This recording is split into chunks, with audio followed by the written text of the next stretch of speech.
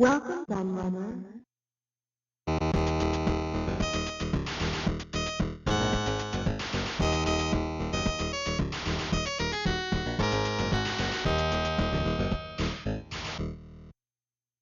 Everybody, Kieran, aka the Laird here, and I've got another book review for you.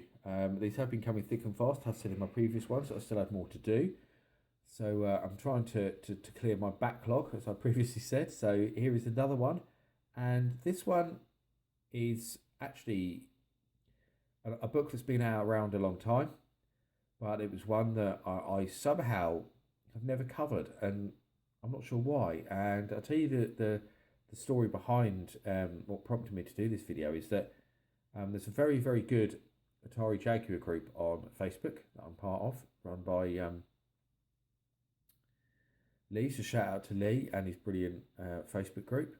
And someone was talking about having picked up one of these. I think it might have even been an American. They picked up one of these somewhere. And they were saying basically who else had it. And a lot of people were basically saying, oh, I've never seen that before. Or I've never heard of that. Probably a lot of people who are probably newer into the Jag scene, maybe, because I have noticed a real influx of people picking up Jags recently, and the prices of the console just seem to be going up all the time. It just seems to be becoming incredibly collectible.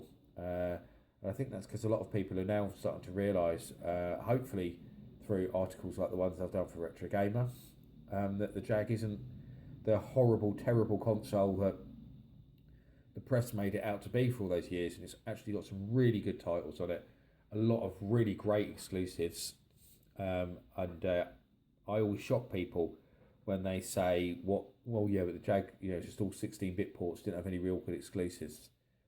Yes, it did, and I could reel out a list of 20 great exclusives, and they're always like, "Wow, didn't realise that." And then when they start going look at some of the games, they go, "Didn't even know that game existed," and that's very common with the Jag. A lot of people don't know about the later games that released on the machine. They only know about the early stuff, AVP, Tempest, the so-called only two good games for it. So yeah, but yeah, but a lot of people were talking about it. A few people said these are still easy to find. They are. And just to go and buy one. So I thought, well, maybe I should find mine and do a review of it. And I actually bought mine new, but you can already see that it's a little bit battered because it was used quite a bit, but I bought mine from new, and I did get quite a bit of use out of it, to be honest. There's some good stuff in this book. So let's have a look what's in it, and hopefully this will help out a few of the Jag fans out there to see what this is all about, and encourage them to pick one up, because it is a really great book. And it's also, I should mention, it's quite surprising to find something like this. Given that the Jaguar wasn't terribly successful, I think it's great that someone even made a book like this. So by Zach Meston and Douglas J. Arnold. No idea who they are, but it'd be interesting to find them, I have to say. It's actually made by a company in Hawaii. Interesting to see that. Sandwich Islands Publishing. Of course, there is actually a group of islands called the Sandwich Islands in the South Pacific, around that area. So maybe just that's interesting. Quite interesting. Focus, please. Thank you. I don't know why that was come unfocused. It's all in black and white, as you'll see. First of all, but there's a lot in here. So we've got complete strategies for a lot of games. I mean, there's obviously stuff like Sidemorph in there, Iron Soldier, Kasumi Ninja, Rayman's in there, Tempest 2000. So it's mostly the earlier games, a mix of Atari stuff and third-party stuff, and Hover Strike, Dragon. So there's lots of stuff in there. We'll have a little look through. I'm not going to go through it in massive detail to be here all day, because it is quite I think you'll see, quite a hefty book. So, it goes into AVP, it goes into different strategies for the different characters, which could be quite helpful. It tells you what security cards you need for the different parts of the game. It's got complete maps, which I think is great, because the on-screen maps, that's good because you can have it clear, so you can actually have it on screen while you're walking around. it only shows a small amount of it, so it's not always easy to see where you've got to go. It's got copies of the overlays in case you lost them. I think that's quite a nice touch. So Brutal Sports, some good strategies there for that game. And there's a top secret password thing there that gives you a load of money, I think. Bubsy, really didn't like that game. My brother loved it though, so that's in there. It's a bloody hard game as well, so actually that Bubsy guy is probably quite helpful. And there's all the passwords there as well for the levels. We've got cannon fodder. Some really good strategies for that. That's really long, this strategy guide. You'll see I'm skipping massive outfits. It does actually go through every single level and give you the strategies for every level, so that's actually really, really good. Let's skip too far ahead there. Lots of screenshots, so that's in black and white. You'll see it's all very, very clear. So we go, side morph. Everyone pretty much had that game because it came in a machine. So it's only later on that they did, much later on that they did bundle it. So Doom. So again, I think they go through every level with Doom. They do. So I think it's got the level passwords as well. And there's obviously a couple of hidden levels on Doom as well. So I think they give you those as well. And the cheats for God mode and stuff like that. Dragon the Bruce Lee story. I've always loved that game. A lot of people seem to think it's awful, but I think Dragon the Bruce Lee story is brilliant. And actually, when they did the Jaguar High School Club, I think it was the first season on Atari Age, I won the Jaguar High School Club on there. And Dragon was one of the games where I was first. Because I was actually, didn't finish first on many of them, but I was consistently good. A lot of them I was like second or third. It was a bit like kind of F1 where you get points for different positions. So I ranked up points on pretty much every game, and it helped as well. I have every game. So there was a lot of people who couldn't play some games because they didn't have them, whereas I had every single game, so I played every single game. And no one could touch my score on Dragon, which is quite satisfying. I mean, I always liked that game, and I know all the strategies for it, and I've completed it. The last boss is very hard to beat, but I have done it. So flashback, there we go.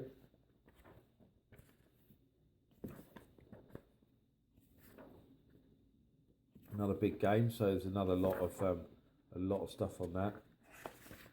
And then we go into Hover Strike. I really liked Hover Strike, especially the CD version. I thought the cart version was good, and then I played the CD version, and the CD version blew the cart version out of the water. It's really, really good, and it's got all the cheats for that as well. And some really cool stuff. Iron Soldier, lovely game. One of the Jag's best exclusive games, without doubt. It was also one of the best selling games for the Jag as well, unsurprisingly. So again, it goes to every level, and the best ways to do it. It is a game that I did complete back in the day. Kasumi Ninja, not the best fighter. It's quite fun. It's got some silly stuff on it, most notably Angus McGregor. But Ultra Vortex is by far the better game.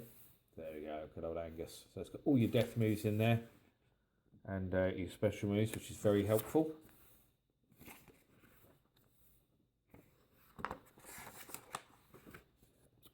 Raiden.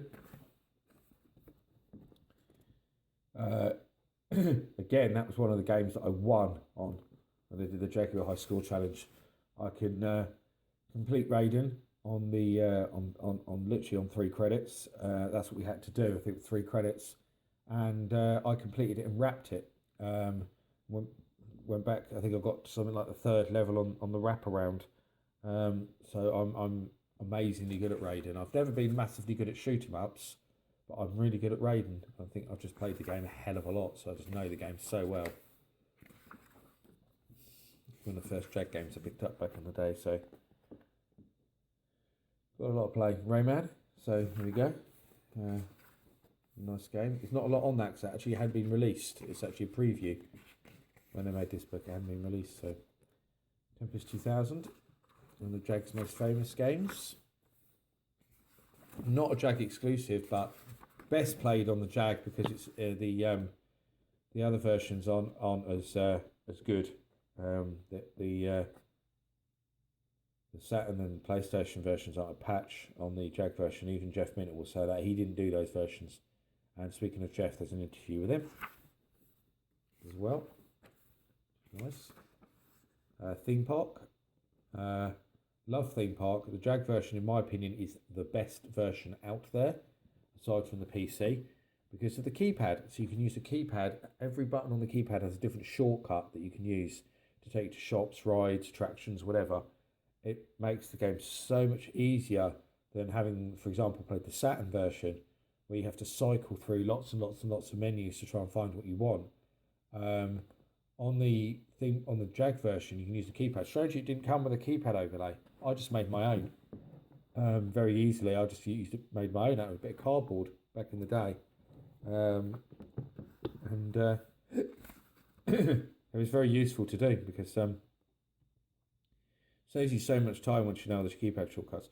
And also, interestingly, the Jaguar version has got extra rides and shops and attractions that aren't on the PlayStation or Saturn version of the game, which I found very, very interesting that would be the case. But there we go.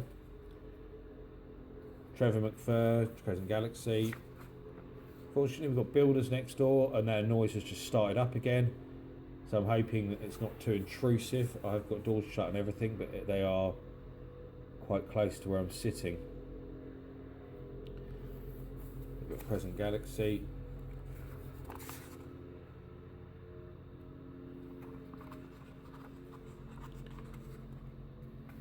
Wolfenstein.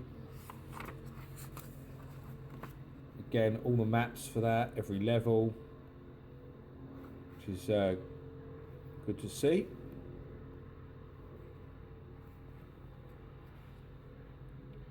Last level, blimey, absolutely huge. Nasty levels. Can't say I've ever finished Wolfenstein, but it isn't a game I owned back in the day. Although, funny enough, my next door neighbour owned a Jag as well, and they had that. I had Doom and they had Wolfenstein, so we bought them around the same time. So they did come out quite close together, which is quite funny. Zool 2 there. Jag's best platformer, in my opinion. I really like Zool 2. I think it's a cracking little game. So there's some good strategies for that. Maps and stuff as well.